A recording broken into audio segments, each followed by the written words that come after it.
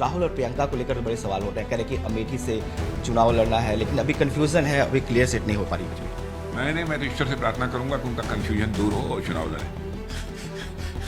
तो आप चाहते हैं कि राहुल गांधी अमेठी से और प्रियंका जी रायबरेली से आए? यानी फैसला तो कांग्रेस के हाथों में है, लेकिन लड़ना चाहते हैं तो लड़ें, मुझे कोई आपत्ति नहीं है। इस बार आप लोग 80 कह रहे हैं उत्तर प्रदेश में, तो कैसे होगा? मैंने 80 की 80 सीटें प्राप्त होनी चाहिए, लक्ष्य यही है। मैं समझता हूँ उन लोगों के पास मुद्दे शेष नहीं बचे हैं, इसलिए यही इस प्रकार की हल्की फुल्की बातें बोलकर देश की जनता को गुमराह करने की कोशिश करना चाहते हैं। लेकिन देश की जनता राजनीतिक दृष्टि से काफी जागरूक हो चुकी है। देश के रक्षा मंत्री और लखनऊ से सांसद राजनाथ सिंह जी हमारे साथ हैं। कल सर आपने लखनऊ में नामांकन किया, हमने देखा एक विशाल जनसमूह था उस रोड शो में। आप इस चुनाव को कैसे देखते हैं? ये अटल जी की जो है विरासत रही है।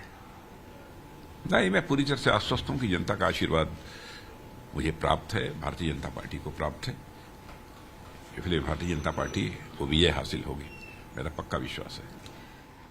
चर्चा बहुत है आजकल एक आरक्षकों को लेकर। एक वीडियो वायरल कर दिया गया गृह मंत्री जी का, हालांकि अब उस पर जो है कर्नाटक के सीएम को नोटिस दे दिया गया है। हाँ, नोटिस दी गई है। मैं समझता हूँ किसी की बात को तोड़ मरोड़ कर प्रस्तुत करने की कोशिश नहीं करनी चाहिए, किसी प्रकार का मैनिपुलेशन नहीं होना चाहिए। अब उसकी जांच हो रही है, पुलिस जांच कर रही है।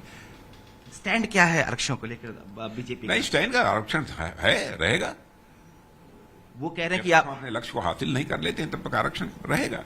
वो कह रहे हैं कि आप लोग 400 पार का नारा दे रहे हैं, 400 पार आएगा तो आप संविधान बदल देंगे। प्रश्न ही नहीं खड़ा होता संविधान बदलने का है।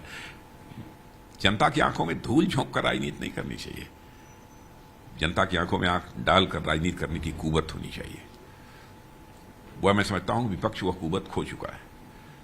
हम देख रहे हैं इस चुनावी माहौल में सूरत में एक बदलाव हमने देखा। कल इंदौर में भी आया कि जो वहां के कांग्रेस के उम्मीदवार हैं उन्होंने नामांकन वापस ले लिया, कांति बम ने। ये क्या हो रहा है देश में चुनाव के समय में? मैंने लड़ना नहीं चाहती पार्टी? मैंने देखिए, इसके पहले भी यहां तक मुझे जानकारी है लगभग 30-35 या 40 बार ऐसा हो चुका है कि निर्विरोध लोग सांसद चुने गए हैं। और जानकारी जो मुझे है उसमें लगभग 20 बार कांग्रेस के सांसद निर्विरोध इस देश में जीते हैं। और इस बार यदि भारतीय जनता पार्टी का कोई व्यक्ति निर्विरोध जीत गया तो उसको लेकर हंगामा खड़ा किया जा रहा है।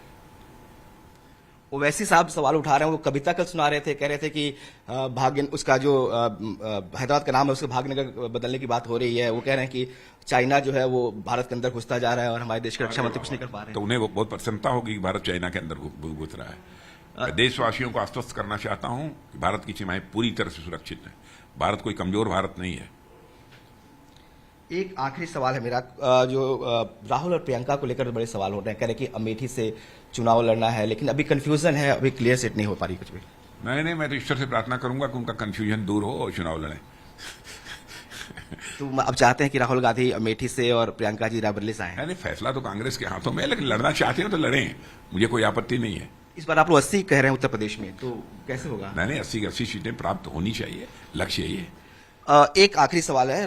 कल इटावा में अखिलेश यादव जी ने कहा है कि बीजेपी और आरएसएस जो है दुनिया के सबसे खतरनाक परिवार है। आज दुनिया की सबसे खतरनाक पार्टी को इस देश की जनता का इतना बड़ा समर्थन प्राप्त है।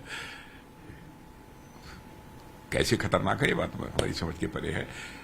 मैं समझता हूं उन लोगों के पास मुद्दे शेष नहीं बचे हैं, इसलिए यही इस प्रकार की हल्की फुल्की बातें बोलकर देश की जनता को गुमराह करने की कोशिश वो करना चाहते हैं। लेकिन देश की जनता राजनीतिक दृष्टि से काफी जागरूक हो चुकी है। लंबे समय तक अपने मतों का प्रयोग करते करते अब कोई गुमराह नहीं कर सकता इस देश की जनता को।